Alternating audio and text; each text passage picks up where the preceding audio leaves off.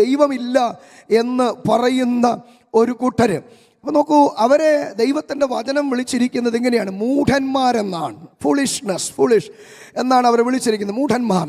വേദപുസ്തകം പഠിക്കുമ്പോൾ 2 കൂട്ടരെയാണ് അങ്ങനെ ഒരു പേരിൽ വിളിച്ചിരിക്കുന്നത്. ഒന്ന്, ദൈവമില്ല എന്ന് പറയുന്നൊരു കൂട്ടര്, ദൈവമില്ല, അങ്ങനെ സംഭവമില്ല എന്ന് പറയുന്നൊരു കൂട്ടരെ മൂഢന്മാരെന്ന് വിളിച്ചിട്ടുണ്ട്. രണ്ടാമത്തെ ഒരു കൂട്ടരെ വിളിച്ചിരിക്കുന്നത് ലൂക്കോസിൻ്റെ സുവിശേഷത്തിലാണ്. 12-ാം അധ്യായം, നമുക്കൊരു പക്ഷേ പരിചിതമായിരിക്കുന്ന ഭാഗമായിരിക്കാം. 12-ാം അധ്യായത്തിൻ്റെ 20-ാമത്തെ വാക്യം വായിക്കുമ്പോൾ ഒരു മനുഷ്യനോട് കർത്താവ് ചോദിക്കുന്ന, അല്ലെങ്കിൽ ദൈവം തന്നെ ചോദിക്കുന്ന ചോദ്യമായിട്ട് അവിടെ കാണുന്നു, മൂഢാ, ഈ രാത്രി നിന്റെ ആത്മാവിനെ ചോദിച്ചാൽ, നിന്റെ പ്രാണനെ ചോദിച്ചാൽ നീ ഒരുക്കി വെച്ചത് ആർക്കാകും? നോക്കണേ, ആ മനുഷ്യനെ അങ്ങനെ വിളിക്കാനുണ്ടായതിൻ്റെ കാരണം എന്താണ്? അദ്ദേഹം നല്ലൊരു കൃഷിക്കാരനാണ്. അദ്ദേഹം കൃഷി ചെയ്തു, പതിവിൽ കവിഞ്ഞ, പ്രതീക്ഷയിൽ കവിഞ്ഞ വരുമാനം കിട്ടി, ധാന്യങ്ങൾ കിട്ടി. അയാൾക്ക് നിലവിലുണ്ടായിരുന്ന കളപ്പുരകൾ പോരാതെ വന്നപ്പോൾ അത് പൊളിച്ചു പണിയേണ്ട സ്ഥിതി വന്നു. അപ്പം അങ്ങനെ ഒക്കെ ചെയ്ത് വളരെ ലോകത്തിൻ്റെ ദൃഷ്ടിയിൽ തികച്ചും ഭാഗ്യവാൻ എന്ന് എല്ലാവരും വാഴ്ത്തിപ്പാടത്തക്കവണ്ണമുള്ള എല്ലാ ചുറ്റുപാടുകളും സാഹചര്യങ്ങളും ഉണ്ടായിരുന്ന, ഒരുങ്ങി നിന്ന ആ മനുഷ്യനെ സ്വർഗത്തിലെ ദൈവം വിളിച്ചത് മൂഢ എന്നാണ്. അപ്പോൾ തിരിച്ചറിയേണ്ട ഒരു കാര്യം എന്താണ് അദ്ദേഹത്തെ അങ്ങനെ വിളിക്കാനുണ്ടായതിൻ്റെ കാരണം? അദ്ദേഹത്തിൻ്റെ വാക്കുകളിൽ നിന്ന് തന്നെ നമുക്ക് ആ ഭാഗം കടഞ്ഞെടുക്കാം. എങ്ങനെയാണ് നമുക്ക് മനസ്സിലാക്കാൻ കഴിയുന്നത്? അദ്ദേഹം പറയുന്നത്, കളപ്പുരകൾ ഞാൻ പൊളിച്ചു പണിയും, എനിക്ക് അനേക ആണ്ടുകൾക്ക് കഴിക്കാനുള്ളത്, ഭക്ഷിക്കാനുള്ളത് സംഭവം ഉണ്ടായിട്ടുണ്ട്. അപ്പം അതുകൊണ്ട് തിന്നുക, കുടിക്കുക, ആനന്ദിക്കുക, നാളെ ചാകുമല്ലോ. അപ്പം ശരീരത്തിനു വേണ്ടി താൽക്കാലികമായിരിക്കുന്ന നമ്മുടെ ഈ പുറമേയുള്ള ജീവിതത്തിനു വേണ്ടി മാത്രമുള്ള ഒരന്വേഷണവും അധ്വാനത്തിനകത്തും ഇരിക്കുന്ന കൂട്ടരെ വേദപുസ്തകം വിളിക്കുന്നത് മൂഢന്മാരെന്ന. എന്താ അങ്ങനെ വിളിക്കാൻ കാരണം? ദൈവം ഇതിനകത്തൊരാത്മാവിനെ തന്നിട്ടുണ്ട്. നമ്മുടെ അകത്ത് ഒരു നശ്വരമല്ലാത്ത, അനശ്വരമായിരിക്കുന്ന ഒരാത്മാവിനെ നമ്മുടെ ഉള്ളിൽ തന്നിട്ടുണ്ട്. ദൈവിക അംശമാണത്. ആ ആത്മാവിൻ്റെ നിത്യത എന്നുള്ളതാണ് ഏറ്റവും പ്രാധാന്യമുള്ളത്. അപ്പം ആത്മാവിൻ്റെ നിത്യത എന്ന് പറയുന്നത് നിത്യജീവൻ പ്രാപിച്ച് ദൈവത്തോടൊരുമിച്ച് നിരന്തരം വസിക്കുന്ന ഒരു കാലം മനുഷ്യൻ്റെ മുമ്പിൽ ദൈവം വെച്ചിട്ടുണ്ട്. അതിനുവേണ്ടി കരുതാതെ, അതിനെക്കുറിച്ച് ചിന്തിക്കാതെ, ഈ 12-ാം അധ്യായത്തിൻ്റെ 22-ാമത്തെ വാക്യത്തിലേക്ക് വരുമ്പോൾ അതിനൊരു കൺക്ലൂഷനായിട്ട് കർത്താവ് പറയുന്നത്, ദൈവിക വിഷയ സംബന്ധമായി സമ്പന്നനാകാതെ ഭൂമിയിലെ മാത്രം കാര്യങ്ങൾക്ക് സമ്പന്നനായിരിക്കുന്നവനെ നോക്കി വിളിക്കുകയാണ്. എന്നെ കേൾക്കുന്ന പ്രിയപ്പെട്ടവരെ, ഇന്ന് ഈ വൈകാറാകുന്ന സമയത്ത് ഈ അത്യുന്നതന്റെ മറവിൽ എന്ന ശുശ്രൂഷകളുടെ പരിസമാപ്തിയിലേക്ക് വരുമ്പോൾ നമ്മുടെ അന്വേഷണം കേവലം 70 കൊല്ലത്തേക്കുള്ളത് മാത്രമാകരുത്, കേവലം 80 കൊല്ലം കൊണ്ട് തീരുന്നതാകരുത്. അല്ലെങ്കിൽ ചില പ്രസംഗികരുടെ, ചില ഭക്തന്മാരുടെ ഭാഷയിൽ പറഞ്ഞാൽ 6 അടി മണ്ണിൽ നീറി ഒടുങ്ങിപ്പോകുന്ന ഈ ലോകത്തിലെ താൽക്കാലികതയ്ക്ക് വേണ്ടി മാത്രമുള്ള ഒരു അന്വേഷണത്തിന് വേണ്ടി ആകരുത് നാം ദൈവത്തെ പിൻപറ്റേണ്ടത്. ഇന്ന് പകലിൽ തിരിച്ചറിയണം, നമുക്ക് അനശ്വരമായ ആത്മാവുണ്ട്. ആത്മാവിനെ സുരക്ഷിതത്വത്തിന് വേണ്ടിയും ഇവിടെ വെച്ച് കരുതാനിടയാകണം. അങ്ങനെ കരുതാതെ പോയാൽ പിന്നെ അവസാനം എവിടെയെങ്കിലും ഇട്ട് പിടിക്കാമെന്ന് വെച്ചാൽ പറ്റത്തില്ല. സുബോധമുള്ള സമയത്ത്, അവസരങ്ങളുള്ള സമയത്ത്, സാഹചര്യങ്ങൾ അനുകൂലമായി നിൽക്കുമ്പോൾ, ചിന്തിക്കാൻ ബോധമുള്ളപ്പോൾ, ആ സമയത്താണ് ഇതിനൊക്കെ വേണ്ടി കരുതേണ്ടത്. അപ്പോൾ അതിനു വേണ്ടി കൂടിയുള്ള കരുതൽ നമുക്ക് ജീവിതത്തിനകത്തുണ്ടാകണം. നമ്മുടെ സങ്കീർത്തന ഭാഗത്തേക്ക് വരാം. അപ്പം അങ്ങനെ ദൈവമില്ല എന്ന് പറയുന്ന മനുഷ്യൻ, അപ്പം അവർ വാസ്തവത്തിൽ ഇങ്ങനെ മ്ലേച്ഛത പ്രവർത്തിച്ച് ജീവിക്കുകയാണ്. വെളിപ്പാട് പുസ്തകത്തിലേക്ക് വരുമ്പോൾ ഇതിനെല്ലാം കൂടി ചേർത്ത് കൺക്ലൂഡ് ചെയ്തുകൊണ്ടാണ് അവിടെ പറയുന്നത്, അഴുക്കുള്ളവൻ ഇനി അഴുക്കാടട്ടെ, വിശുദ്ധൻ ഇനി തന്നെ വിശുദ്ധീകരിക്കട്ടെ. ഇന്ന് പകൽ എന്നെ കേൾക്കുന്ന ദൈവമക്കളോട് എനിക്ക് പറയാനുള്ളത്, അഴുക്കുള്ളവനെ കണ്ട് നീ മനസ്താപപ്പെടേണ്ട. നിന്റെ അകത്തൊരു വിശുദ്ധിയുടെ പ്രമാണമുണ്ടെങ്കിൽ ആ പ്രമാണത്തെ മുറുകെ പിടിച്ചുകൊണ്ട് വിശുദ്ധ ജീവിതത്തിന് വില കൊടുത്ത് നീ ആത്മാർത്ഥതയോടെ ദൈവത്തെ സേവിച്ച് മുന്നോട്ട് പോകുക. ഈ കാലം തീരാൻ പോകുകയാണ്. കാലഘട്ടത്തിൻ്റെ അന്ത്യത്തിലേക്ക്, കാലഘട്ടത്തിൻ്റെ പരിസമാപ്തിയിലേക്ക് ഈ യുഗമെന്ന് നമ്മൾ വിളിക്കുന്ന, ഈ സുപ്രസാദകാലം എന്ന് വിളിക്കുന്ന, ഈ രക്ഷാദിവസം എന്ന് വിളിച്ചിരിക്കുന്ന ഈ ഏറ്റവും സൗഭാഗ്യകരമായിരിക്കുന്ന കാലഘട്ടത്തിൻ്റെ അവസാനത്തെ സെക്കൻഡുകളിലേക്ക് ലോകം ഓടി അവസാനിക്കാൻ വേണ്ടി ഒരുങ്ങുകയാണ്. ഇതിൻ്റെ നടുവിലും വിശുദ്ധിയുടെ പ്രമാണം കിട്ടിയവർ, വേർപെട്ട് ജീവിക്കാൻ അവസരം കിട്ടിയവർ, ജീവിതത്തിൻ്റെ വസ്ത്രത്തിനകത്ത് കറപുരളാതെ, ജീവിത വസ്ത്രത്തിനകത്ത് ചെളി പറ്റാതെ ദൈവത്തിൻ്റെ സന്നിധിയിൽ വിശ്വസത വിശുദ്ധതയോടും പവിത്രതയോടും നിർമ്മലതയോടും കൂടി ജീവിക്കുക. കാരണം നമുക്ക് ഒരു നിത്യതയുണ്ട്, നമുക്കൊരു നിത്യജീവനുണ്ട്, നമുക്കൊരു സൗഭാഗ്യകരമായ ഒരു കാലം നമ്മുടെ ദൈവം നമ്മുടെ മുമ്പിൽ വെച്ചിട്ടുണ്ട്. ഹല്ലേലൂയ. ഒരുപക്ഷെ വിശുദ്ധിക്ക് വേണ്ടിയോ വിശുദ്ധിയുടെ പ്രമാണങ്ങൾക്ക് വേണ്ടിയൊക്കെ നമ്മൾ ജീവിക്കേണ്ടി വരുമ്പോൾ, നിർബന്ധത്താൽ അങ്ങനെ ജീവിച്ചു കൊണ്ടിരിക്കുമ്പോൾ ലോകത്തിൻ്റെ മുമ്പിൽ നമ്മളെ ഭോഷന്മാരായി ചിത്രീകരിച്ചേക്കാം. ലോകത്തിൻ്റെ മുമ്പിൽ പലതിനും നമുക്ക് വിശുദ്ധീകരണം കൊടുക്കാൻ കണ്ടെന്ന് വരത്തില്ല. പക്ഷേ ഇന്ന് പകൽ അങ്ങനെയുള്ളവരോട് എനിക്ക് പറയാനുള്ളത്, പൗലോസ് പറഞ്ഞൊരു വാക്കാണ്, നാം ഈ ആയുസ്സിൽ മാത്രം പ്രത്യാശ വെച്ചവരല്ല. ഈ ആയുസ്സിൽ മാത്രം പ്രത്യാശ വെച്ചവരായിരുന്നെങ്കിൽ ലോകത്തിലെ സകലരെക്കാളും നാം ഭോഷന്മാരായി പോയേനെ. പക്ഷേ ഇന്ന് പകല് എന്നെ കേൾക്കുന്ന പ്രിയപ്പെട്ടവർ, എനിക്ക് പറയാനുള്ളത്, നമ്മുടെ ഭാഗ്യകാലം വരാനിരിക്കുന്നേ ഉള്ളൂ. നമ്മുടെ ഭാഗ്യകാലം വരാനിരിക്കുന്നേ ഉള്ളൂ. നാം അതിനു വേണ്ടി പ്രത്യാശിക്കുന്നവരാണ്. നാം നാളെയിലേക്ക് നോക്കി ദൈവത്തെ സ്തുതിക്കുന്നവരാണ്. ഹല്ലേലൂയ, സ്തോത്രം. ഞാൻ തിരുവചനം പഠിക്കുമ്പോൾ എനിക്ക് ഈ ഹബക്കൂക്ക് പ്രവാചകന്റെ പുസ്തകം, ഞാൻ മുമ്പോട് പറഞ്ഞാണെന്ന് ഓർക്കുന്നില്ല, ഹബക്കൂക്ക് പ്രവാചകന്റെ പുസ്തകത്തിൽ കണ്ടൊരു കാര്യം, ഹബക്കൂക്ക് പ്രവചനം 3-ാം അധ്യായത്തിൻ്റെ ആ ഭാഗങ്ങൾ മുഴുവൻ 3-ാം അധ്യായം പഠിച്ചാൽ അത് എഴുതിയിരിക്കുന്ന രാഗം, അതൊരു ഗാനമായിട്ടാണ് എഴുതിയിരിക്കുന്നത്. ഹബക്കൂക്ക് 3-ാം അധ്യായം ഒരു ഗാനമായിട്ടാണ്, സങ്കീർത്തനങ്ങളൊക്കെ പോലെ.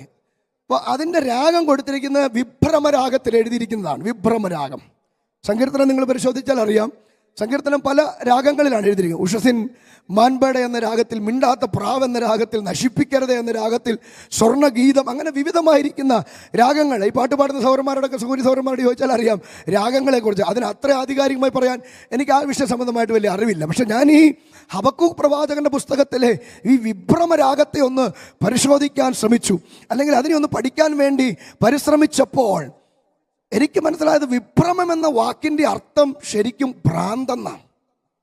ഭ്രാന്തെന്ന ഈ ഭ്രാന്തിന് പല വകഭേദങ്ങളുണ്ട്, പല രീതികളുണ്ട്. സ്തോത്രം. ചിലരെ കണ്ടിട്ടില്ലേ, 18-16 മണിക്കൂറൊക്കെ മൊബൈലിനകത്തിരിക്കും. ഭ്രാന്തിൻ്റെ മറ്റൊരു വശമാത്.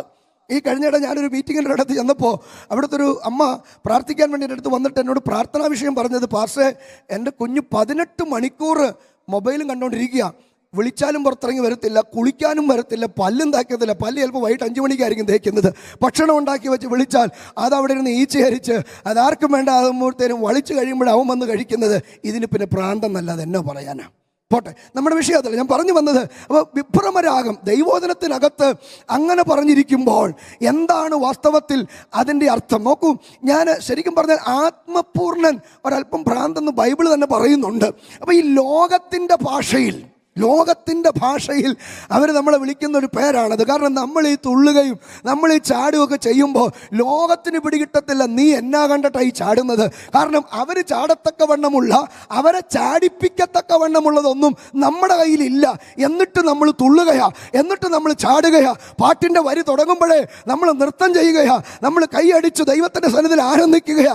ലോകത്തിലൊരു മനുഷ്യൻ, ഒരു ലോകത്തിലെ സാധാരണക്കാരൻ നോക്കിയാൽ ഇതിൻ്റെ കാരണം പിടികിട്ടത്തില്ല. ഹബക്കൂക്ക് അതിന്റെ കാരണം അവിടെ പറയുന്നുണ്ട്. അത്തിവൃക്ഷം പൂക്കില്ല, മുന്തിരിവള്ളിയിൽ അനുഭവം ഉണ്ടാകുകയില്ല, ഗോശാലയിൽ കന്നുകാലികൾ ഉണ്ടാകുകയില്ല, എങ്കിലും ഞാൻ എൻ്റെ ദൈവത്തിൽ ആനന്ദിക്കും. ഇന്ന് പകൽക്കാലം ഇതിനകത്ത് വന്നിരിക്കുന്നവരോട് എനിക്ക് ആത്മാവിൽ ചോദിക്കാനുള്ളത്, നിന്നെ നൃത്തം ചെയ്യിപ്പിക്കുന്നത് നിന്റെ ബാങ്കിൽ കിടക്കുന്ന ബാലൻസ് ആണോ, അതോ നിനക്ക് മാസം കിട്ടുന്ന 6-7 അക്കമുള്ള ശമ്പളമുള്ള ജോലിയാണോ നിന്നെ നൃത്തം ചെയ്യിപ്പിക്കുന്നത്, അതോ നിന്റെ ഉള്ളിലുള്ള ദൈവത്തിന്റെ സാന്നിധ്യമാണോ? ഹല്ലേലൂയ, ഹല്ലേലൂയ, സ്തോത്രം. അപ്പം നമ്മൾ ഈ കാർപ്പോർച്ചിന്, അത് അത്തിവൃക്ഷത്തിൻ്റെ കാര്യവും മുന്തിരിയുടെ കാര്യവും ഗോശാലയുടെ കാര്യമൊക്കെ വിട്, ഞാൻ ഇന്നത്തേക്ക് കൊണ്ടുവരാം. നമ്മൾ താമസിക്കുന്ന വീട് ചിലപ്പോൾ 4 നിലയുള്ളതായിരിക്കാം, ഇമ്പോർട്ട് ചെയ്ത ടൈൽസ് ആയിരിക്കാം ഇട്ടിരിക്കുന്നത്, വില കൂടിയ ഡോറായിരിക്കും വെച്ചത്, കിട്ടാവുന്ന ഏറ്റവും വില കൂടിയ കാറായിരിക്കും കാർപ്പോർച്ചിൽ കിടക്കുന്നത്, ബാങ്കിൽ ആവശ്യത്തിലധികം ബാലൻസ് കാണും, മൃഷ്ടാന്ന ഭക്ഷണമായിരിക്കും നമ്മൾ കഴിക്കുന്നത്. ഇതാണോ നമ്മൾ നൃത്തം ചെയ്യിക്കുന്നത്, അതോ എൻ്റെ വീണ്ടെടുപ്പുകാരൻ അവൻ സ്വർഗത്തിൽ ജീവിച്ചിരിക്കുന്നു, ഞാൻ അവനിൽ ആനന്ദിക്കും, അവനാണ് എൻ്റെ ആനന്ദത്തിന്റെ വിഷയം, അവനാണ് എൻ്റെ സ്തോത്രത്തിന്റെ വിഷയം, അവനാണ് എൻ്റെ പാട്ടിന്റെ വിഷയം. അതാണോ നിന്നെ ആനന്ദിപ്പിക്കുന്നത്? ഹല്ലേലൂയ, അങ്ങനെയാണെങ്കിൽ ഇന്ന് എനിക്ക് നിങ്ങളോട് ആത്മാർത്ഥമായി പറയാനുള്ളത് ഇതിലൊന്നുമല്ല. കാരണം ഇത് നശ്വരമാണ്, ഇത് നശ്വരമാണ്, ഇത് നശിച്ചു പോകുന്നതാണ്. ലോകത്തിലുള്ള സകലതും നശിക്കുന്നതാണ്. പക്ഷെ നശിക്കാത്തതൊന്ന് ഉയരത്തിൽ ദൈവം നമുക്ക് വേണ്ടി കരുതുന്നുണ്ട്. ക്ഷയം, വാട്ടം, മാലിന്യം എന്നിവയില്ലാത്ത ഒരു വലിയ അവകാശത്തിന് വേണ്ടി നമ്മളെ വീണ്ടും ജനിപ്പിച്ചിരിക്കുന്ന ദൈവം അതിലേക്ക് നമ്മളെ നടത്തുകയാണ്. ഹല്ലേലൂയ. ഒരുപക്ഷെ ലോകത്തിൻ്റെ എല്ലാ ചോദ്യങ്ങൾക്ക്, രക്തബന്ധങ്ങളുടെ എല്ലാ ചോദ്യങ്ങൾക്ക്, സഹോദരങ്ങളുടെ എല്ലാ ചോദ്യങ്ങൾക്ക്, നിന്റെ കൂട്ടുകാരുടെ എല്ലാ ചോദ്യങ്ങൾക്ക് മറുപടി പറയാൻ നിന്റെ കയ്യിൽ ഉത്തരമില്ലെങ്കിലും ഇന്ന് രാത്രി ഞാൻ ഇന്ന് പകൽ ആത്മനിയോഗത്തോടെ പറയാ, നിനക്കൊരു ഉത്തരമായവൻ സ്വർഗത്തിലുണ്ട്, ഉത്തരമായവൻ സ്വർഗത്തിലുണ്ട്. ഇന്ന് പകൽ നിനക്ക് വേണ്ടി മറുപടി പറയുന്നവൻ, നിന്റെ പ്രത്യാശയായവൻ, നിന്റെ ധൈര്യമായവൻ, നിന്റെ വീണ്ടെടുപ്പായവൻ, നിന്റെ രക്ഷയായവൻ. ഹല്ലേലൂയ, സ്തോത്രം. ഇപ്പം നമ്മുടെ ധൈര്യം എന്ന് പറയുന്നത് ദൈവം ഉണ്ടെന്നുള്ളതാ. ഈ സങ്കീർത്തനത്തിനകത്ത് തന്നെ അവർ പ്രാർത്ഥിക്കുന്നില്ല എന്നൊക്കെ പറയുന്ന ഭാഗം നമ്മൾ വായിക്കുന്നുണ്ട്. കാരണം പ്രാർത്ഥിക്കണമെങ്കിൽ ഒരു ദൈവം ഉണ്ടെന്നുള്ള വിശ്വാസം ഉണ്ടാകണം. ഇത് പകല് 21 ദിവസം ഉപവാസം എടുത്തവരുണ്ട്. അതിന് ശാരീരിക സ്ഥിതി അനുസരിച്ച് 7 ദിവസവും 3 ദിവസവും ഉപവാസിച്ചവരുണ്ട്. എന്താ നിങ്ങളെ അതിന് നിർബന്ധിച്ചത്? പ്രവർത്തിക്കുന്ന ഒരു ദൈവമുണ്ട്. ഞാൻ ഈ പകൽക്കാലം നിങ്ങളുടെ ആത്മനിയോഗത്തോടെ പറയാം, അതെ, നിന്റെ 21 ദിവസത്തെ പ്രാർത്ഥനയ്ക്ക് മറുപടി തരുന്നൊരു ദൈവമുണ്ട്. വരുന്ന ദിവസങ്ങൾ മറുപടി നീ കാണാൻ പോകുകയാ. വരും ദിവസങ്ങൾ അതിൻ്റെ മറുപടി നീ കേട്ടത്, കാതുകൊണ്ട് കേട്ടത്, കണ്ണുകൊണ്ട് കാണാൻ തുടങ്ങുന്ന ദിവസങ്ങളാണ് ഇനി മുമ്പിൽ വരാനിരിക്കുന്നത്. അതുകൊണ്ട് ഈ പകൽക്കാലം നിരാശപ്പെടേണ്ട. നിന്റെ തലമുറയെക്കുറിച്ച് നീ കേട്ടത്, അവരുടെ ഭാവിയെക്കുറിച്ച് കേട്ടത്, എൻ്റെ കുടുംബത്തെക്കുറിച്ച് കേട്ടത്, നമ്മുടെ ശുശ്രൂഷയെക്കുറിച്ച് കേട്ടത്, സ്വർഗത്തിലെ ദൈവം പറഞ്ഞത് അത് വെറുതെ പറഞ്ഞതല്ല, അത് കൈയടിപ്പിക്കാൻ പറഞ്ഞതല്ല, അതിന് നിവർത്തി ഉണ്ടാകാൻ പോകുകയാണ്. ഹല്ലേലൂയ, സ്തോത്രം. അപ്പോ ഈ സങ്കീർത്തനത്തിൽ നമ്മൾ വായിച്ച വാക്യത്തിലേക്ക് വരികയാണ്. സിയോനിൽ നിന്ന് ഇസ്രായേലിന് രക്ഷ വന്നെങ്കിൽ, ദൈവം തൻ്റെ ജനത്തിൻ്റെ സ്ഥിതി മാറ്റുമ്പോൾ യാക്കോബ് സന്തോഷിക്കും, ഇസ്രായേൽ ആനന്ദിക്കും. നമുക്ക് വിശദീകരിക്കാൻ ഒത്തിരി സാധ്യതകളുള്ളൊരു വാക്കാണ്. പക്ഷേ പരിമിതമായ സമയത്തിൻ്റെ ഉള്ളിൽ നിന്നുകൊണ്ട് എൻ്റെ ഉള്ളിൽ ലഭിച്ച പ്രേരണയ്ക്കൊത്തവണ്ണം ചുരുങ്ങിയ നിലയിലേക്ക് അത് നിങ്ങളുടെ ശ്രദ്ധ കൊണ്ടുവരാൻ വേണ്ടി ഞാൻ ആഗ്രഹിക്കുക. രക്ഷ വന്നാൽ സ്ഥിതി മാറും. സ്തോത്രം. രക്ഷ വന്നാൽ സ്ഥിതി മാറും. എത്ര പേർക്ക് ഇന്ന് പകല് സന്തോഷത്തോടെ ദൈവത്തെ സ്തുതിക്കാൻ കഴിയും? എൻ്റെ കുടുംബത്തിൽ രക്ഷ വന്നത് എൻ്റെ സ്ഥിതി മാറ്റും. എൻ്റെ കുടുംബത്തിൽ വന്ന രക്ഷ എൻ്റെ സ്ഥിതിയെ മാറ്റും. അങ്ങനെയാണെങ്കിൽ പകൽക്കാലം ദൈവസന്നിധിയിൽ വിശ്വസിച്ചുകൊണ്ട് പറ, നിന്റെ മുമ്പിൽ നിൽക്കുന്ന പ്രതികൂലങ്ങളെ ദൈവം മാറ്റിത്തരും. നിന്റെ സ്ഥിതിയെ ദൈവം മാറ്റും. നിന്റെ അവസ്ഥയ്ക്ക് ഭേദം വരും. ആശ്വാസകാലങ്ങൾ വരും. ചെങ്കടലിൻ്റെ തീരത്ത് വന്ന് വഴിമുട്ടി നിൽക്കുകയാണ്. പുറകോട്ട് പോകാൻ പറ്റത്തില്ല. പുറകിൽ ഫറവോനും സൈന്യവും, ഇരുവശങ്ങളിലും ഉയർന്നു നിൽക്കുന്ന പർവ്വതനിരകൾ, മുന്നോട്ട് പോകാൻ പറ്റാതെ ചെങ്കടല്. ഇതിൻ്റെ നടുവിൽ ഒരർത്ഥത്തിൽ പറഞ്ഞാൽ പെട്ട് നിൽക്കുന്ന ഇസ്രായേൽ ജനത്തെ നോക്കിക്കൊണ്ട് മോശ വിളിച്ചു പറഞ്ഞു, ഇന്ന് നമുക്ക് ദൈവം ചെയ്യാനിരിക്കുന്ന രക്ഷ കണ്ടോ? ഇന്ന് ദൈവം നമുക്ക് ചെയ്യാനിരിക്കുന്ന രക്ഷ കണ്ടോ? ഇന്ന് പകലാരോടൊക്കെയോ വഴിമുട്ടി നിൽക്കുന്നവരോട് എനിക്ക് ആത്മനിയോഗത്തോടെ പറയാനുള്ളത്, അതെ, വഴിമുട്ടിപ്പോയെങ്കിലും വഴി തുറക്കുന്നൊരു ദൈവം ജീവിക്കുന്നു, വഴി ഒരുക്കുന്നൊരു ദൈവം ജീവിക്കുന്നു. എത്ര വലിയ സമുദ്രത്തിൻ്റെ അടിത്തട്ടിൽ ആ ജനത്തിന് വേണ്ടി വഴി ഒരുക്കിയിട്ടവൻ, ആ ജനത്തിന് വേണ്ടി വഴി കരുതിയിട്ടവൻ ഇന്നും നമുക്ക് വേണ്ടി ജീവിക്കുകയാ. Hallelujah, thank you Jesus. Israel മക്കൾ ചെങ്കടൽ കണ്ട അതിൻ്റെ തീരത്ത് വന്നപ്പോഴാ സർവശക്തൻ അതിന് മുമ്പേ കണ്ടിരുന്നു. അവര് മുമ്പിൽ തുറന്ന വഴി കണ്ടത് അത് ഓപ്പണായപ്പോഴാ. പക്ഷേ ദൈവം അതിന് മുമ്പേ അതിനു വേണ്ടി ഒരുക്കിയിട്ടിരുന്നു. ഞാനിങ്ങനെ ചിന്തിക്കുകയാ, ദൈവത്തിൻ്റെ എത്രയോ നാളുകൾ കൊണ്ടുള്ള കരുതലാ, ദൈവത്തിൻ്റെ ശ്രദ്ധയാ. അങ്ങനെയാണെങ്കിൽ പ്രിയരെ, ഇന്നത്തെ സാഹചര്യത്തെ നോക്കിയിട്ടല്ല നീ വിധി പറയേണ്ടത്. നിനക്ക് വേണ്ടി ദൈവം തുറക്കാനിരിക്കുന്ന വഴിയെ ആത്മാവിൽ കണ്ടുകൊണ്ട് ദൈവത്തിൻ്റെ പക്ഷത്ത് നിന്ന് മറുപടി പറയണം. മോശയുടെ മറുപടി അങ്ങനെയാ. ജനം മുഴുവൻ പ്രതിപക്ഷത്ത് നിൽക്കുമ്പോൾ മോശ ദൈവപക്ഷത്ത് നിന്ന് മറുപടി പറഞ്ഞു, യഹോവ എന്തെങ്കിലും ചെയ്യാതിരിക്കത്തില്ല. കാരണം എന്നോട് പറഞ്ഞപ്പോൾ ദൈവം ഒരു വാക്ക് പറഞ്ഞിട്ടുണ്ട്, പാലും തേനും ഒഴുകുന്ന ദേശത്തേക്ക് പിതാക്കന്മാരോട് പറഞ്ഞ വാഗ്ദത്തപ്രകാരം അവിടെ കൊണ്ടെത്തിക്കാമെന്ന് എന്നോട് ദൈവം പറഞ്ഞിട്ടുണ്ട്. ചെങ്കടയിൽ കൊണ്ടുവന്നിട്ട് ബീച്ച് കാണിച്ചിട്ട് തിരിച്ചു വിടാമെന്നല്ല എന്നോട് പറഞ്ഞത്. അങ്ങനെയാണെങ്കിൽ ഇവിടെ കൊണ്ട് യാത്ര തീർന്നു. അങ്ങനെയാണെങ്കിൽ എനിക്കൊരു ഉറപ്പുണ്ട്, ഇതിനപ്പുറത്തേക്കും ഒരു വഴിയുണ്ട്, ഇതിനപ്പുറത്തേക്കൊരു വഴിയുണ്ട്. ഞാൻ ആത്മാവിൻ്റെ നിയോഗത്തോടെ ആരെയൊക്കെയോ നോക്കി പ്രവചനം പോലെ വിളിച്ചു പറയാ, ഇന്ന് നീ കാണുന്നതിനപ്പുറത്തേക്ക്, ഇന്നത്തെ നിന്റെ വഴിമുട്ടിയ അവസ്ഥയ്ക്ക് അപ്പുറത്തേക്ക്, ഇന്നത്തെ നിന്റെ പരിമിതമായ സാഹചര്യത്തിനപ്പുറത്തേക്ക്, ഇന്നത്തെ നിന്റെ തടസ്സത്തിനപ്പുറത്തേക്ക് ദൈവത്തിന്റെ വഴിയുണ്ട്. ഹല്ലേലൂയ, സ്തോത്രം.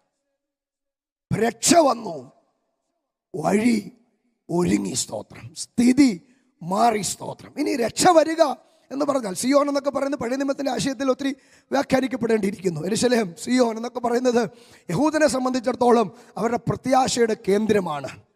അവർ പ്രത്യാശ വച്ചിരുന്നത് അവരുടെ ദൈവത്തിൻ്റെ നഗരമാണ്. അവരങ്ങോട്ടാണ് മുഴുവൻ പ്രതീക്ഷയും പ്രത്യാശയും വെച്ചിരുന്നത്. അവരുടെ സാഹചര്യങ്ങൾ അനുകൂലങ്ങളൊന്നുമല്ല. മുമ്പ് ഹബക്കൂക്കിനെ കുറിച്ച് ഞാൻ പറഞ്ഞതുപോലെ സാഹചര്യങ്ങൾ മാറിക്കൊണ്ടിരിക്കും. പക്ഷെ മാറാത്ത ഒരു ദൈവം സിയോനിലുണ്ടെന്ന് അവർക്ക് ഉറപ്പുണ്ടായിരുന്നു.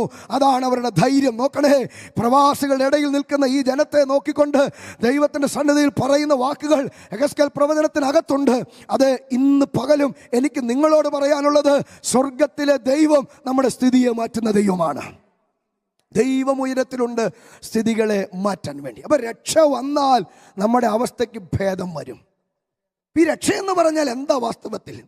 പണ്ട് കാലത്തൊക്കെ നമുക്കറിയാം, ഈ എല്ലാ ഭക്തന്മാരും, ഞാനിങ്ങനെ കേട്ടിട്ടുണ്ട്, ശരിയായിരിക്കാം, ഈ പണ്ട് കൺവെൻഷനൊക്കെ പന്തലിടാനൊക്കെ വരുന്നവരോട് പിതാക്കന്മാരുടെ കാലത്ത് അവർ ചോദിക്കുമായിരുന്നു, രക്ഷിക്കപ്പെട്ടവനാണോ, അഭിഷേകം പ്രാപിച്ചവനാണോ?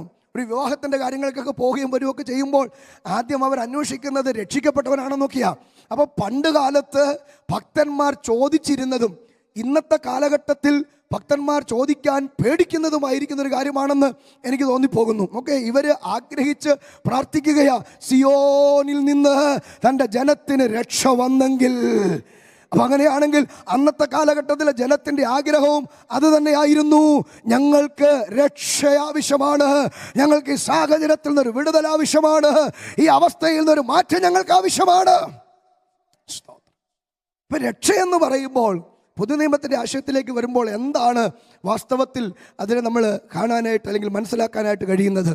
സകല മനുഷ്യർക്കും രക്ഷാകരമായ ദൈവകൃപ ഉദിച്ചുവല്ലോ എന്ന് തീത്തോസിൻ്റെ ലേഖനം 2-ാം അധ്യായത്തിൻ്റെ 11-12 വാക്യത്തിലൊക്കെ നമ്മൾ വായിക്കുന്നുണ്ട്. അപ്പോൾ ഒരു ഉദിച്ച അവസ്ഥയെക്കുറിച്ച് പറയുന്നു. സൂര്യൻ ഉദിക്കുന്നത് പോലെ, ചന്ദ്രൻ കാണുന്നത് പോലെ, നക്ഷത്രങ്ങൾ നമ്മൾ കാണായി വരുന്നത് പോലെ തന്നെ ഉദിച്ചു വന്നതുപോലെ ഒരവസ്ഥ.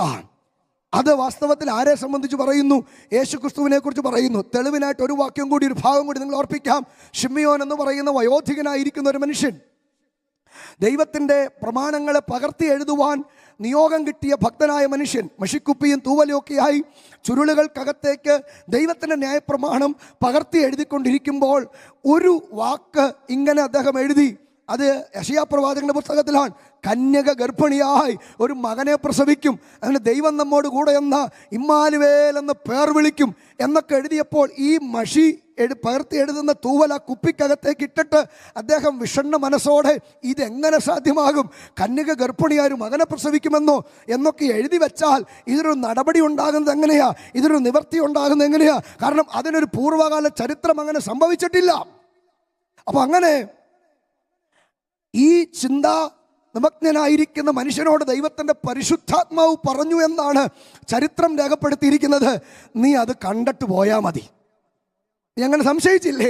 അതുകൊണ്ട് കണ്ടിട്ട് പോയാൽ മതി. അപ്പം അങ്ങനെ അദ്ദേഹം ദേവാലയത്തിനകത്ത് വന്നും പോയിക്കൊണ്ടൊക്കെ ഇരിക്കുന്ന സമയത്ത് ഒരു ദിവസം ദൈവത്തിൻ്റെ പരിശുദ്ധാത്മാവ് പറഞ്ഞു, ആലയത്തിലേക്ക് ചെല്ല്, ദേവാലയത്തിലേക്ക് ചെല്ലാൻ.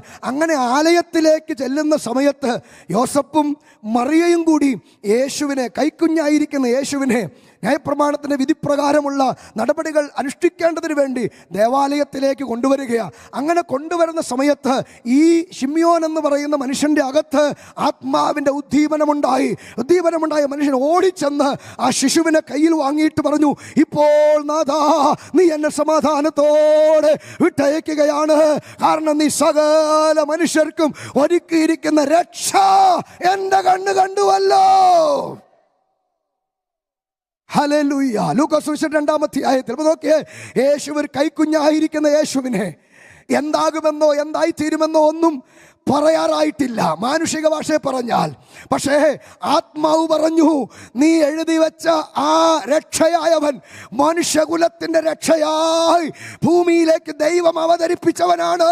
ഇന്ന് നിന്റെ കയ്യിലിരിക്കുന്ന വെറും ശിശുവല്ല, ഇത് മനുഷ്യവർഗത്തിന്റെ രക്ഷയാണ്. കയ്യിലേന്തിക്കൊണ്ട് പറഞ്ഞു രക്ഷ ഒരുക്കാൻ പോകുന്നവനെ കണ്ടു എന്നല്ല, ആ വാക്ക് അവിടെ അങ്ങനെ തന്നെ എഴുതിയിരിക്കുന്നത്, രക്ഷ കണ്ടുവല്ലോ. അപ്പം അങ്ങനെയാണെങ്കിൽ ഞാൻ ഇന്ന് പകൽ എന്നെ കേൾക്കുക ദൈവമക്കളോട് പറയാം, യേശു എന്ന രക്ഷ നിന്റെ ജീവിതത്തിൽ വന്നാൽ നിന്റെ സ്ഥിതി മാറും.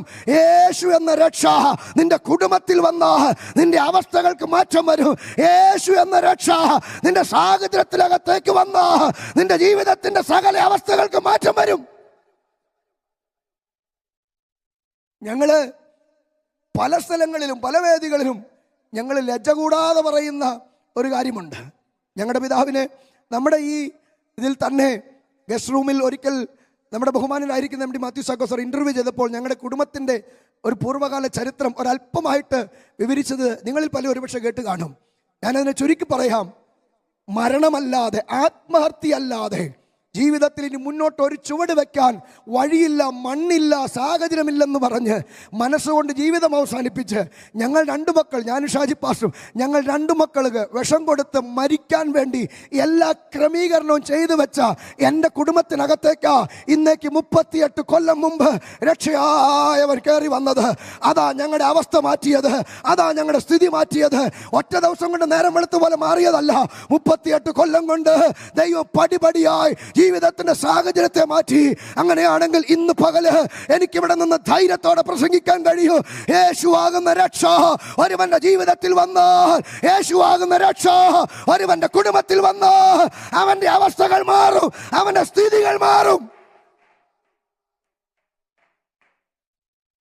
ഹല്ലേലൂയ, സ്തോത്രം. അപ്പോ രക്ഷകൻ ഭവനത്തിൽ വന്നാൽ നിന്റെ അവസ്ഥയ്ക്ക് ഭേദം വരും. മറ്റൊരു വാക്യത്തിലേക്ക് നിങ്ങളുടെ ശ്രദ്ധയെ കൊണ്ടുവരട്ടെ. നമ്മുടെ അവസ്ഥയ്ക്ക് മാറ്റം വരാൻ, ഒന്ന്, രക്ഷ വന്നാൽ നമ്മുടെ അവസ്ഥയ്ക്ക് മാറ്റം വരും. മറ്റൊന്ന്, അപ്പോസ്തലപ്രവൃത്തിയുടെ പുസ്തകം 3-ാം അധ്യായം 19-ാമത്തെ വാക്യം. പത്രോസ് ശക്തമായി പ്രസംഗിക്കുന്ന തർജ്ജനം പറയുന്ന വാക്കുകളാണ്. ആ 3-ാമത്തേത് സംഭവം നമുക്കറിയാമല്ലോ. സുന്ദരമെന്ന ദേവാലയ ഗോപുരത്തിൽ ഭിക്ഷ അയച്ചു കൊണ്ടിരിക്കുന്ന ഒരു മനുഷ്യൻ. പത്രോസ് യോഹന്നാനും ആലയത്തിലേക്ക് പ്രാർത്ഥിക്കാൻ വേണ്ടി വരുമ്പോൾ വല്ലതും കിട്ടുമെന്ന ഭാവേന മുഖത്തേക്ക് നോക്കിയപ്പോൾ പറഞ്ഞു, വെള്ളിയും പൊന്നും തരാൻ ഞങ്ങളുടെ ഇല്ല, പിന്നെ ഞങ്ങൾക്കുള്ളത് നിനക്ക് തരികയാ. യേശുവിൻ്റെ നാമത്തിൽ അങ്ങ് എഴുന്നേക്കാൻ പറഞ്ഞു. പിന്നെ കൈ കൊടുത്തു. അവൻ ചാടി എഴുന്നേറ്റ് നരിയാണി ഉറച്ചു. അപ്പം അങ്ങനെ ഈ 40-ലധികം വയസ്സുള്ള ഈ മനുഷ്യൻ യേശുവിൻ്റെ ശിഷ്യന്മാരായിരിക്കുന്ന, അവന് സൗഖ്യം കൊടുക്കാൻ വേണ്ടി ദൈവം ഉപയോഗിച്ച കാരണക്കാരായിരിക്കുന്ന ഈ ഭക്തന്മാരോട് ചേർന്ന് നിൽക്കുന്നത് കണ്ടപ്പോൾ ആ നാട്ടിലെ യഹൂദ പ്രമാണിമാർക്കും മറ്റ് മേലധ്യക്ഷന്മാർക്കും അല്പമല്ലാത്ത അസൂയയും പ്രയാസവും ബുദ്ധിമുട്ടും ഉണ്ടായി. അവർ തന്നെ പറയുന്നുണ്ട്, നിഷേധിക്കാൻ നമുക്ക് പറ്റില്ല, കാരണം പ്രത്യക്ഷമായ ഒരു അടയാളം നടന്നിരിക്കുകയാണ്. ഞാൻ ഈ പകൽ ആത്മനിയോഗത്തോട് ദൂത് പറയാ, അത് ചിലരുടെ വായടപ്പിക്കാൻ ദൈവം ചില അടയാളങ്ങളെ ചെയ്യും. ചിലരുടെ വായടപ്പിക്കാൻ, അത് പറഞ്ഞിട്ട് നാളുകളായി അപവാദങ്ങളും നാളുകളായി എടുത്തുവിടുന്ന സകലവിധമായിരിക്കുന്ന പ്രതിസന്ധികൾക്കെതിരെ മറുപടി പറയാ. ഇന്ന് പകൽ ആരോടും ആത്മാവിൽ പ്രവചിച്ചു പറയുകയാ, അത് മറുപടി പറയാ, ചില അടയാളങ്ങളെ ദൈവം ചെയ്യും. ഹല്ലേലൂയ. എൻ്റെ പ്രിയരെ, ചില കാര്യങ്ങൾക്ക് നമ്മൾ മറുപടി പറയാൻ പോയാൽ നമുക്ക് വാക്ക് തികയാതെ പോകും. പക്ഷെ ഇന്ന് പകല് സ്വർഗം ഒരു പ്രവൃത്തി ചെയ്താൽ, അത് നിന്റെ മുമ്പിലേക്ക് എടുത്തു വെച്ചാൽ, അത് നിന്റെ അപവാദങ്ങളുടെ മുമ്പിലേക്ക് എടുത്തു വെച്ചാൽ ചിലരുടെ വായടയും, ചിലരുടെ വായടയും. ഞാൻ ഈ പകലാത്മാവിൽ പറയുകയാ, അത് ചിലരുടെ വായടപ്പിക്കാ. നിന്റെ കുടുംബത്തിനകത്ത് ദൈവപ്രവൃത്തി എന്ന് പറയത്തക്കവണ്ണം ചില അടയാളങ്ങൾ നടക്കാം. സ്വർഗത്തിലെ ദൈവത്തിന്റെ പദ്ധതി. ഹല്ലേലൂയ. ദൈവം പ്രത്യക്ഷമായ ഒരു അടയാളം ചെയ്തു. 40ഓളം വയസ്സുള്ള മനുഷ്യൻ നാളുകളായി മുടന്തനായി, അമ്മയുടെ ഗർഭം മുതൽ മുടന്തനായി നടക്കാൻ പറ്റാതിരിക്കുന്ന ആ ഭക്തനായിരിക്കുന്ന, അല്ലെങ്കിൽ ആ മനുഷ്യന് ഉണ്ടായ സൗഖ്യം, അതിനെ ചൊല്ലി ഉണ്ടായ പ്രശ്നത്തിൻ്റെ നടുവിൽ കാര്യങ്ങൾക്ക് മറുപടി പറഞ്ഞുകൊണ്ടിരിക്കുന്ന കൂട്ടത്തിൽ പറഞ്ഞൊരു വാക്കാണ് 3-ാം അധ്യായത്തിൻ്റെ 19-ാമത്തെ വാക്യം. ആ വാക്യം ഇങ്ങനെയാണ് പറയുന്നത്, ആകയാൽ നിങ്ങളുടെ പാപങ്ങൾ മാഞ്ഞു കിട്ടേണ്ടതിന് മാനസാന്തരപ്പെട്ട് തിരിഞ്ഞുകൊള്ളുവീൻ, എന്നാൽ കർത്താവിൻ്റെ സമ്മുഖത്ത് നിന്ന് ആശ്വാസകാലങ്ങൾ വരും. ഉണ്ടോ? യഹൂദ ജനത്തോട് പറയുന്നൊരു വാക്കാണ്. എങ്കിലും ഇന്നത്തെ ഞാൻ ഈ ചിന്തിച്ചു വരുന്ന ദൂതിൻ്റെ ഒരു തുടർഭാഗമെന്നോണം ആ വാക്കിലേക്ക് നമുക്ക് തിരിയാം. എങ്ങനെയാ വരുന്നത് ആശ്വാസകാലം? പാപങ്ങൾ മാഞ്ഞു കിട്ടേണ്ടതിന് മാനസാന്തരപ്പെടണം. മാനസാന്തരം കാലഘട്ടങ്ങളെ മാറ്റുമെന്നല്ലേ ആ വാക്ക് പറയുന്നത്. ദൈവത്തിൻ്റെ വചനത്തിൽ അവരോട് പറയുക, നിങ്ങൾ എന്ത് ചെയ്യണം? മാനസാന്തരം, നിങ്ങളുടെ പാപങ്ങൾ മാഞ്ഞു കിട്ടേണ്ടതിന് മാനസാന്തരപ്പെടണം. അപ്പൊ പാപം മായാൻ വേണ്ടി ഒരു പ്രവൃത്തിയും ശേഷിപ്പിച്ചിട്ടില്ല. പാപം മാഞ്ഞു കിട്ടാൻ ഒരു കർമ്മവും ശേഷിപ്പിച്ചിട്ടില്ല. പാപം മാഞ്ഞു കിട്ടാൻ ഒരു പ്രവൃത്തിയും ചെയ്യാൻ ദൈവം അനുവദിച്ചിട്ടില്ല. ഈ കാലഘട്ടത്തിൽ ഒരുവന്റെ മേലുള്ള പാപം മായാൻ ഒറ്റ വഴിയുള്ളൂ. പാപിയാണെന്ന് മനസ്സുകൊണ്ട് സമ്മതിച്ച് അതിന്റെ പരിഹാരകനായവനിലേക്ക് നിരിഞ്ഞു നോക്കുക എന്നല്ലാതെ മറ്റൊരവസ്ഥ ദൈവം വെച്ചിട്ടില്ല. ഓ പറയുന്നു, പാപങ്ങൾ മാഞ്ഞു കിട്ടേണ്ടതിന് മാനസാന്തരപ്പെടണം. എന്നാൽ ദൈവത്തിൻ്റെ സമൂഹത്തിൽ നിന്ന്, ദൈവത്തിൻ്റെ മുഖപ്രകാശത്തിൽ നിന്ന്, ദൈവത്തിൻ്റെ സന്നിധിയിൽ നിന്ന് ആശ്വാസകാലങ്ങൾ വരും. ആശ്വാസകാലങ്ങൾ വരും. അപ്പം നമ്മൾ നോക്കി, ആർക്കാണ് മാനസാന്തരം? അപ്പം നമ്മളിവിടെ ഇരിക്കുന്ന ദൈവമക്കൾ വിശ്വാസികളായവർക്ക് ഒരുപക്ഷെ ചിലപ്പോൾ തോന്നിപ്പോകാൻ സാധ്യത, അത് പക്ഷേ പുറത്തുള്ളവർക്കല്ലേ മാനസാന്തരം? അങ്ങനെയല്ല. വെളിപ്പാട് പുസ്തകത്തിലേക്ക് പോകുമ്പോൾ ആർക്കാണ് വാസ്തവത്തിൽ മാനസാന്തരം വേണ്ടയെന്ന് അവിടെ എഴുതിയിട്ടുണ്ട്. വെളിപ്പാട് പുസ്തകം 2-ാം അധ്യായത്തിൻ്റെ 5-ാമത്തെ വാക്യത്തിൽ ഇങ്ങനെ പറയുന്നു, നീ ഏതിൽ നിന്ന് വീണിരിക്കുന്നു എന്ന് ഓർത്ത് മാനസാന്തരപ്പെട്ട് ആദ്യത്തെ പ്രവൃത്തി ചെയ്യുക. അപ്പൊ ആരാ മാനസാന്തരപ്പെടേണ്ടെന്ന് ആ വാക്യത്തിലുണ്ട്. വീണവൻ മാനസാന്തരപ്പെടണം. ഇനി എൻ്റെ മറുചോദ്യം, വീണില്ല എന്ന് പറയാൻ പറ്റുന്ന ആരാ ഇവിടെയുള്ളത്? ഒരു വ്യത്യാസവുമില്ല. എല്ലാവരും പാപം ചെയ്ത് ദൈവതേജസ് ഇല്ലാത്തവരായി തീർന്നു.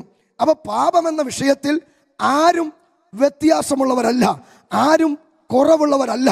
പിന്നെ ദൈവത്തിന്റെ കൃപയാൽ ഏറ്റുപറഞ്ഞ് ഉപേക്ഷിച്ചു വന്നു. ഈ പറയുന്നത് സഭയോടാണ് പറയുന്നത്. പുറത്തുള്ള പരസ്യയോഗത്തിൽ കർത്താവ് പ്രസംഗിച്ചപ്പോൾ പറഞ്ഞ വാക്കല്ല ഈ പറയുന്നത്. എഫെസോസിലെ സഭയോട് കർത്താവ് പറയുക, എന്ത്? നീ വീണത് എവിടെന്നാന്ന് ഓർക്കണം, ഓർത്തിട്ട് മാനസാന്തരപ്പെടണം. അപ്പൊ അവർക്ക് പറ്റിയ വീഴ്ച എന്താണ്? അതിന് മുകളിലത്തെ വാക്യത്തിനകത്ത് പറയുന്നുണ്ട്, എങ്കിലും നിന്റെ ആദ്യ സ്നേഹം വിട്ടുകളഞ്ഞു എന്നൊരു കുറ്റം നിന്നെ കുറിച്ച് പറയാനുണ്ട്. ആദ്യ സ്നേഹം വിട്ടുകളഞ്ഞു. നിനക്ക് സ്നേഹമില്ലെന്ന് പറയുന്നില്ല, നിനക്ക് സ്നേഹമില്ലെന്നല്ല പറയുന്നത്, പക്ഷെ ആദ്യത്തെ പോലെ ഇപ്പൊ ഇല്ല. എന്നെ കേൾക്കുന്ന പ്രിയപ്പെട്ടവരെ, നമ്മുടെ ജീവിതത്തിനകത്ത് പലപ്പോഴും സംഭവിക്കുന്ന ഒരു കാര്യമാണ്, സാഹചര്യങ്ങളുടെ കുത്തൊഴുക്കിലും കാര്യങ്ങളുടെ അഭിവൃദ്ധിയിലും ഒക്കെ വരുമ്പോൾ ദൈവത്തോടുള്ള സ്നേഹവും പ്രതിബദ്ധതയും ഒക്കെ കുറഞ്ഞു പോകുന്നൊരു കാലം. ദൈവത്തിന് കൊടുക്കുന്നത് എപ്പോഴും എന്തായിരിക്കണം?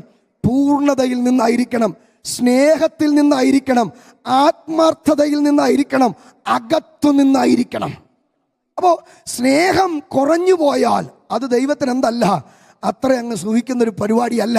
അതാണ് ഈ വാക്യത്തിൽ പറഞ്ഞത്. ഇനി ഈ എഫെസോസിലെ സഭയോട് പറയുന്നത്, ആ എഫെസ്യ ലേഖനം നമ്മൾ പഠിച്ചാൽ, എഫെസ്യ ലേഖനത്തിനകത്ത് 6-ാം അധ്യായത്തിൻ്റെ അവസാനത്തെ വാക്യത്തിൽ പറയുന്നുണ്ട്, കർത്താവ് യേശുവിനെ അക്ഷയമായി സ്നേഹിക്കുന്ന എല്ലാവരോടും കൂടെ ദൈവത്തിൻ്റെ കൃപ ഇരിക്കുമാറാകട്ടെ. അപ്പൊ അവിടെ പറയുന്നു അക്ഷയമായി സ്നേഹിക്കുന്ന എന്ന് പറഞ്ഞാൽ കറപ്ഷൻ ഇല്ലാതെ, കളങ്കമില്ലാതെ, കോട്ടം വരാതെ, അല്ലെങ്കിൽ ഏറ്റക്കുറച്ചിലുകൾ ഉണ്ടാകാതെ യേശുവിനെ സ്നേഹിക്കുന്നവരോടുകൂടെ കൃപയിരിക്കുമെന്ന് ഞാൻ എൻ്റെ ദൈവമക്കളോട്, പ്രിയപ്പെട്ടവരോടും ആത്മാർത്ഥമായിട്ട് പറയാം.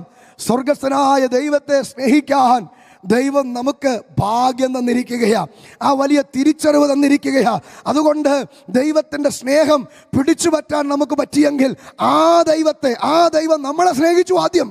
അങ്ങനെയാ ദൈവത്തിൻ്റെ വചനത്തിൽ നമ്മൾ വായിക്കുന്നത്. ദൈവം ആദ്യം നമ്മളെ സ്നേഹിച്ചു, ആദ്യം നമ്മളെ സ്നേഹിച്ചു.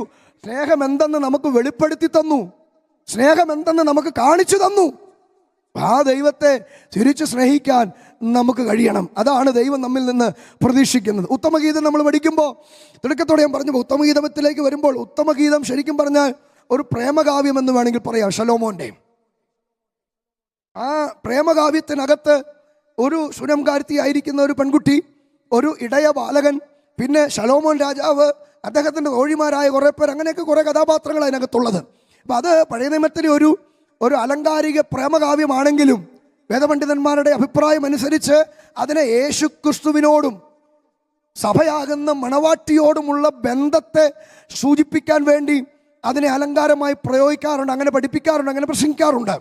അപ്പോൾ അതിനകത്ത് 2-ാം അധ്യായത്തിനകത്ത് നമ്മൾ കാണുന്നത് ഈ ബാലകനായിരിക്കുന്ന അല്ലെങ്കിൽ ഇടയച്ചെറുക്കനായിരിക്കുന്ന അവളുടെ പ്രതിസുതനായിരിക്കുന്ന പ്രിയപ്പെട്ടവൻ്റെ എല്ലാവിധ സാന്നിധ്യത്തിലും ആ സാഹചര്യത്തിലും സന്തോഷിക്കുന്ന ശലോമോന്റെ പെട്ടുമത്തേക്കാൾ, ശലോമോന്റെ കൊട്ടാരത്തിലെ സുഖസൗകര്യങ്ങളെക്കാൾ ഏറ്റവും സന്തോഷത്തോടുകൂടി കണ്ടത് താൻ ഈ പറയുന്ന ആടിനെ മേയ്ക്കുന്ന പുൽമാലികളും അവിടെയുള്ള സാഹചര്യങ്ങളെ കണ്ട് സന്തോഷിച്ചിരുന്നവൾ 5-ാം അധ്യായത്തിലേക്ക് വരുമ്പോൾ ഇവളുടെ പ്രതിസുതൻ തന്നെ വന്ന് വിളിക്കുമ്പോൾ പറയുന്നത്, ഞാൻ എൻ്റെ വസ്ത്രം ഊരിയിരിക്കുന്നു, ഞാൻ ഇനി അത് ഇടുന്നത് എങ്ങനെയാ, എൻ്റെ കാലിൽ ചെരുപ്പില്ല, ആ ദ്വാരത്തിൽ കൂടി ഒന്ന് കൈ നീട്ടി എന്നെ ഒന്ന് തൊട്ടിട്ട് പൊക്കോ എന്നൊക്കെ പറയുന്നു. ഇതിനിടയ്ക്ക് എന്താ സംഭവിച്ചത്? യെരുശലേം പുത്രിമാർ അല്ലെങ്കിൽ ഈ പറയുന്ന ശലോമോന്റെ തോഴിമാർ നിന്ന് അവളെ കൊട്ടാരത്തിൻ്റെ സുഖങ്ങളെക്കുറിച്ചും കൊട്ടാരത്തിൻ്റെ സൗഭാഗ്യങ്ങളെക്കുറിച്ചും ഒക്കെ അവളെ പാടി പതിഞ്ഞ് കേൾപ്പിച്ചപ്പോൾ പതിയെ പതിയെ അവളുടെ മനസ്സ് മാറിപ്പോയി. അവിടെ മനസ്സ് മാറിയിട്ട് സ്നേഹം തണുത്തുപോയി. ഇത് ഇന്ന് വാസ്തവത്തിൽ ദൈവത്തിൻ്റെ സഭയ്ക്ക് പറ്റിയിരിക്കുന്നൊരു വലിയ പ്രധാന പ്രശ്നമാണ്. ഞാൻ ഇന്ന് പകല് ദൈവമക്കളോട് വളരെ ശക്തിയുക്തമായി വിളിച്ചു പറയുന്നു, ദൈവത്തോടുള്ള സ്നേഹം കുറയരുത്. ലോകസുഖ സൗകര്യങ്ങളാകുന്ന പ്രതാപങ്ങൾ മോടിയോടുകൂടി നമ്മെ മാടി വിളിച്ചാൽ, സുന്ദരനാകുന്ന മനോഹര അങ്ങയെ വിട്ടിട്ടൊരു ജീവിതമില്ലെന്ന് പാടി പാടി പതിഞ്ഞു വന്ന, പാടി പാടി സ്വർഗമെത്തിയ, പാടി ദൈവത്തോട് ചേർന്ന ഭക്തന്മാരുടെ പിന്തുണക്കാരാണ് നമ്മൾ. അതുകൊണ്ട് ഇന്ന് എന്നെ കേൾക്കുന്ന പ്രിയപ്പെട്ടവരെ, അത് പാടി നമുക്ക് സന്തോഷിക്കണം, അത് പാടി നമുക്ക് ആനന്ദിക്കണം. സുന്ദരന മനോഹര, നിന്നെ പിരിഞ്ഞെനിക്കൊരു ജീവിതമില്ല, അങ്ങയേക്കാൾ വലുതായി ഞാൻ ഒന്നിനെയും കാണുന്നില്ല, അങ്ങയേക്കാൾ വലുതായി ഞാൻ ഒന്നിനെയും അറിയുന്നില്ല, അങ്ങാടെനിക്കല്ല, അങ്ങയെ സ്നേഹിക്കുന്നതാണ് എനിക്ക് പ്രധാനം, അങ്ങയെ ആരാധിക്കുന്നതാണ് എനിക്ക് പ്രധാനം, അങ്ങയെ സ്തുതിക്കുന്നതാണ് എനിക്ക് പ്രധാനം എന്ന് പറയാൻ തക്കവണ്ണം നമുക്ക് ഇടയായി തീരട്ടെ. അപ്പം മാനസാന്തരപ്പെടുക, ആശ്വാസകാലങ്ങൾ നമ്മുടെ ജീവിതത്തിനകത്ത് വരാൻ, സാഹചര്യങ്ങൾക്ക് മാറ്റം വരാൻ, അവസ്ഥകൾക്ക് ഭേദം വരാൻ ദൈവത്തിൻ്റെ വചനത്തിനകത്ത് വെച്ചിരിക്കുന്ന വ്യവസ്ഥ മാനസാന്തരപ്പെടുക എന്നുള്ളതാണ്. ഞാൻ ഈ ഭാഗം പ്രസംഗിക്കുമ്പോൾ ഒരു പൊതു വിഷയത്തെ ഞാൻ അവതരിപ്പിക്കുകയാണ്. ഞാൻ നിങ്ങളോട് പറയാം, നമ്മൾ പലവട്ടം പ്രാർത്ഥിച്ചിട്ടും പലവട്ടം ഉപവസിച്ചിട്ടും ഒരു വിഷയത്തിൻ്റെ വിടുതലുകൾ വരുന്നില്ലെങ്കിൽ, ഒരു സാഹചര്യത്തിന് മാറ്റം വരുന്നില്ലെങ്കിൽ അതിൻ്റെ പുറകിൽ എന്തെങ്കിലും കാരണങ്ങൾ കാണാം, അതിൻ്റെ പുറകിൽ എന്തെങ്കിലും കെട്ടോ കൂട്ടോ കാണാം. നമുക്കറിയാം, ഒരു മനുഷ്യൻ 4 പേര് കൂടി തളർന്നു കിടക്കുന്ന ഒരു മനുഷ്യനെ പൊക്കിയെടുത്ത് ഒരു വീടിൻ്റെ മേൽക്കൂര പൊളിച്ച് താഴേക്ക് ഇറക്കിക്കൊണ്ട് വരികയാണ്. താഴേക്ക് ഇറക്കിക്കൊണ്ടുവന്ന് യേശുവിൻ്റെ അടുക്കൽ കൊണ്ടുവന്നപ്പോഴാണ് ഇവൻ്റെ പ്രശ്നം എന്നാണെന്ന് ശരിക്കും വെളിപ്പെട്ടത്. എല്ലാവരും വിചാരിച്ച് ഇവൻ തളർന്നു പോയതായിരുന്നു ഇവൻ്റെ പ്രശ്നം, അല്ലെങ്കിൽ ഇവൻ്റെ പ്രശ്നത്തിൻ്റെ മൂല കാരണം ഇവൻ തളർന്നതാണെന്നാണ് വിചാരിച്ചത്. പക്ഷെ യേശു അവന് ആദ്യം തളർച്ച മാറ്റുകയല്ല ചെയ്തത്, ആദ്യം അവൻ്റെ പാപത്തിൻ്റെ പരിഹാരം വരുത്തി. അവിടെ എഴുതിയിരിക്കുന്നത് എങ്ങനെയാണ്? നിന്റെ പാപങ്ങളെ മോചിച്ചു തന്നിരിക്കുന്നു. അങ്ങനെയാണെങ്കിൽ ഇന്ന് പകൽ എന്നെ കേൾക്കുന്ന പ്രിയപ്പെട്ടവരെ, എവിടെയെങ്കിലുമൊക്കെ നമ്മുടെ ജീവിതത്തിനകത്ത് ദൈവത്തിൻ്റെ പ്രവൃത്തിക്ക് തടസ്സമാകത്തക്കവണ്ണം ഏതെങ്കിലും വിധത്തിൽ നമ്മുടെ ജീവിതത്തിൻ്റെ സാഹചര്യങ്ങളിൽ അനുസരണക്കേടുകളോ കൽപ്പനാലംഘനങ്ങളോ ഏതെങ്കിലുമൊക്കെ വിധത്തിലുണ്ടായ പോരായ്മകളോ നമ്മുടെ ജീവിതത്തിനകത്ത് സംഭവിച്ചിട്ടുണ്ടെങ്കിൽ ഇന്ന് പകൽ അതിനൊന്ന് അനുതപിക്കുക, അതിനൊന്ന് മാനസാന്തരപ്പെടുക, അതിനൊന്ന് ഏറ്റുപറയുക. അതാണ് ദൈവം നമ്മോട് ആഹ്വാനം ചെയ്യുന്നത്. നമ്മൾ ചിന്തിച്ചേ, ഈ ഹാളിനകത്ത് അല്ലെങ്കിൽ ഈ സ്റ്റുഡിയോക്കകത്ത് പല സാധനങ്ങൾ വർക്ക് ചെയ്യുന്നുണ്ട്. ഇവിടുത്തെ എയർ കണ്ടീഷണർ വർക്ക് ചെയ്യുന്നു, ഇവിടുത്തെ ലൈറ്റുകൾ കത്തുന്നു, ഇവിടെ പല സംവിധാനങ്ങൾ വർക്ക് ചെയ്യുന്നു.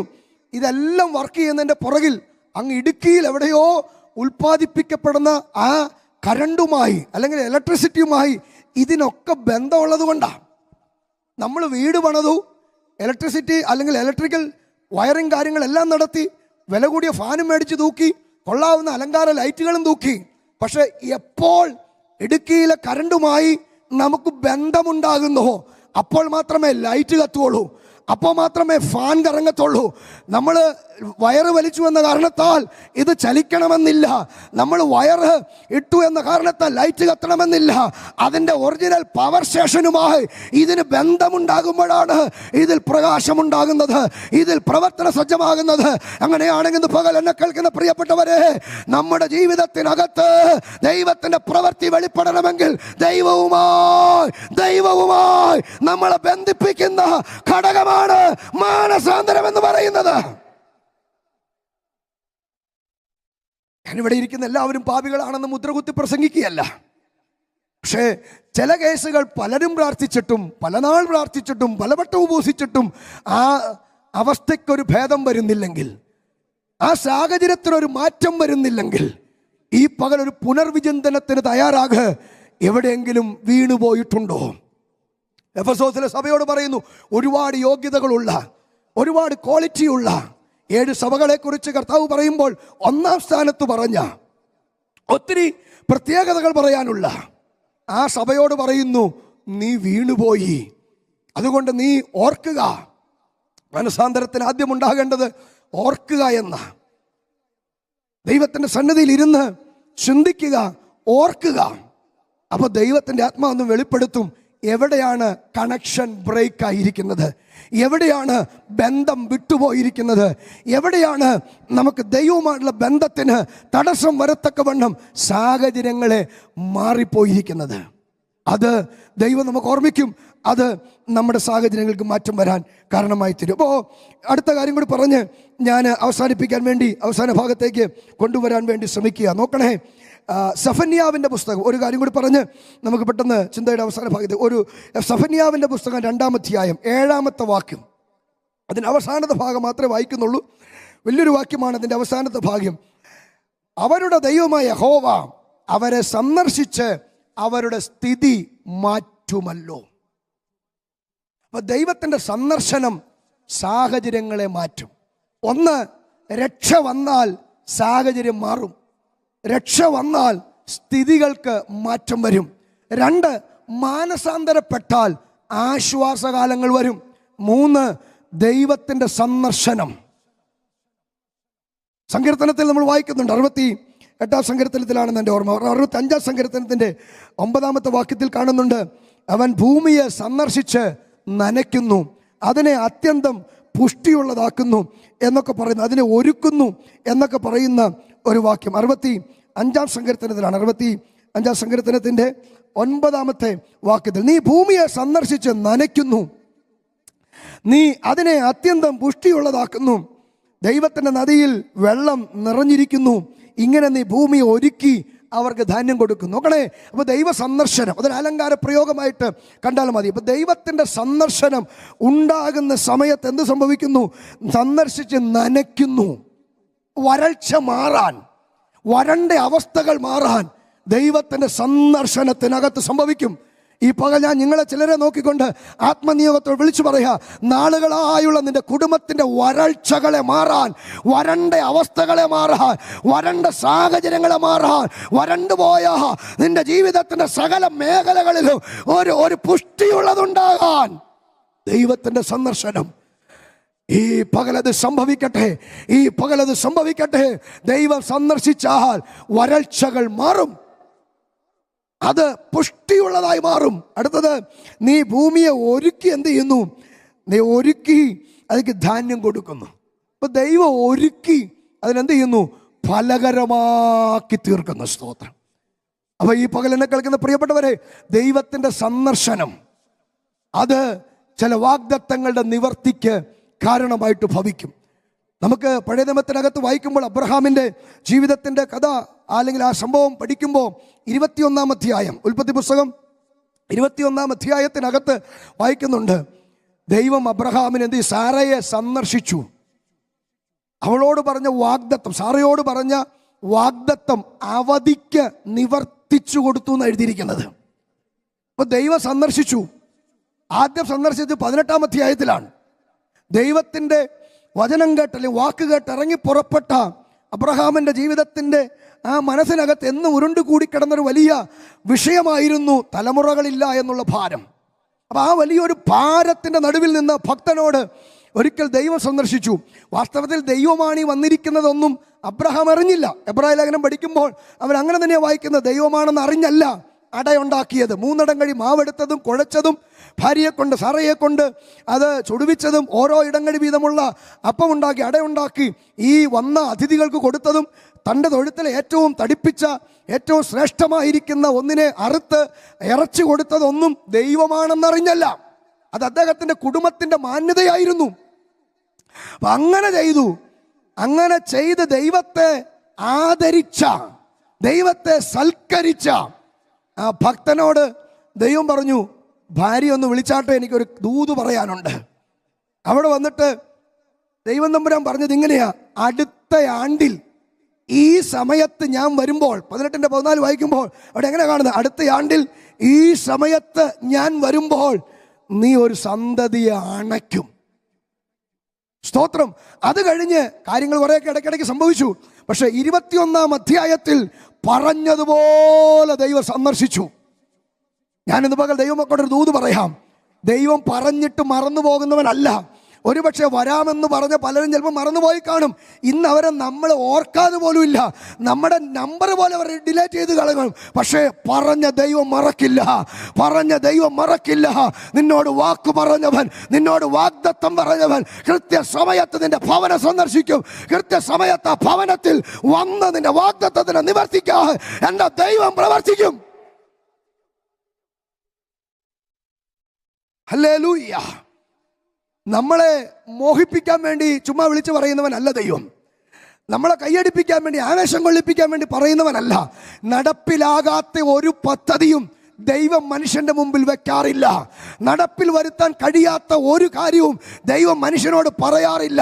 അതുകൊണ്ടാണ് പറയുന്നത്, യഹോവയാൽ കഴിയാത്ത വല്ല കാര്യമുണ്ടോ? അങ്ങനെയാണെങ്കിൽ പകൽക്കാലം എന്നെ കേൾക്കുന്ന ദൈവമക്കളോട് എനിക്ക് പറയാനുള്ളത്, നിന്നോട് പറഞ്ഞ കാര്യം എൻ്റെ ദൈവം നടപ്പിൽ വരുത്തു. നീ കേട്ട ദൂത് സ്വർഗത്തിലെ ദൈവം നിവർത്തിക്കും. സ്തോത്രം. അബ്രഹാമിന്റെ ഭവനത്തിൽ ഒരു പ്രാവശ്യം കൂടി യഹോവയായ ദൈവം സന്ദർശിച്ചു. നമുക്ക് വേണമെങ്കിൽ ഇങ്ങനെയൊക്കെ തർക്കിക്കാൻ വേണ്ടി പറയാം, ദൈവം സർവജ്ഞാനിയല്ലേ, ദൈവം എല്ലായിടത്തും ഇല്ലേ, പിന്നെ പ്രത്യേകം സന്ദർശിച്ചു എന്ന് പറയുന്നതൊക്കെയാണ്. ബൈബിളിൽ അങ്ങനെ പറഞ്ഞിരിക്കുന്നു. ഞാൻ അപ്പുറത്തോളം തിയോളജി വല്ലതും ഉണ്ടെങ്കിൽ നിങ്ങളുടെ ഇരിക്കട്ടെ, എനിക്കറിയാൻ പാടില്ല. ഞാൻ പറയുന്നു, ബൈബിളിൽ പറയുന്നു യഹോവ സന്ദർശിച്ചു. അപ്പോൾ ദൈവത്തിൻ്റെ സന്ദർശനങ്ങൾ അത് വരൾച്ചയെ മാറ്റുന്നതാ. അവൻ ഭൂമിയെ സന്ദർശിച്ചു, അതിനെ നനച്ചു, അതിനെ പുഷ്ടിയുള്ളതാക്കി, അതിന് കൃഷിക്ക് ഒരുക്കപ്പെടത്തക്കവണ്ണമായി. ഞാൻ ആ വാക്കിനെ ആത്മീകമായി ഉൾക്കൊണ്ടുകൊണ്ട് ചിലരെ അനുഗ്രഹിച്ചുകൊണ്ട് പറയാം, ഇന്നത്തെ നിന്റെ വരൾച്ച ദൈവം മാറ്റും. ഇന്നത്തെ നിന്റെ അവസ്ഥയ്ക്ക് ദൈവം ഭേദം വരുത്തും. ആർക്കും ഒരുക്കിയെടുക്കാൻ പറ്റാത്തവണ്ണം തകർന്ന് കിടക്കുന്നതിന് ഈ പകല് ഞാൻ ആത്മനിയോഗത്തോടെ പറയുമ്പോൾ ആ ദൂത് ഏറ്റെടുത്തുകൊണ്ട് ദൈവത്തിന് സ്തോത്രം ചെയ്തുകൊണ്ട് പറ, എൻ്റെ കുടുംബത്തെ ഒരുക്കുന്ന ഒരുവനുണ്ട്, എൻ്റെ കുടുംബത്തെ ഒരുക്കുന്ന ഒരുവനുണ്ട്. അത് ഫലകരമാകത്തക്കവണ്ണം, അത് ഉപയുക്തമാകത്തക്കവണ്ണം എൻ്റെ ഭവനത്തെ ഒരുക്കുന്നവൻ. ഹല്ലേലൂയ. നമ്മൾ ഒരുക്കാൻ നോക്കിയാൽ നടക്കൂല. ചിലപ്പോൾ നമ്മൾ പരാജയപ്പെട്ടു പോകും. പ്രാർത്ഥനയ്ക്ക് വിളിച്ചാൽ പോലും വരാത്തവരായിരിക്കാം ചിലപ്പോൾ കൂടെ നിൽക്കുന്നത്, ചിലപ്പോൾ കൂടെ ജീവിക്കുന്നത്. ചിലപ്പോൾ നമ്മൾ ജന്മം കൊടുത്ത മക്കൾ പോലും നമ്മൾ പ്രാർത്ഥിക്കാൻ വിളിച്ച വരില്ല. പക്ഷെ ഇന്ന് പകൽ തമ്പുരാൻ ഒരുക്കാൻ തുടങ്ങിയാൽ, തമ്പുരാൻ ഒരുക്കാൻ തുടങ്ങിയാൽ, ഞാൻ ദൂത് പറയുമ്പോൾ അതിന് ആമേൻ പറഞ്ഞു.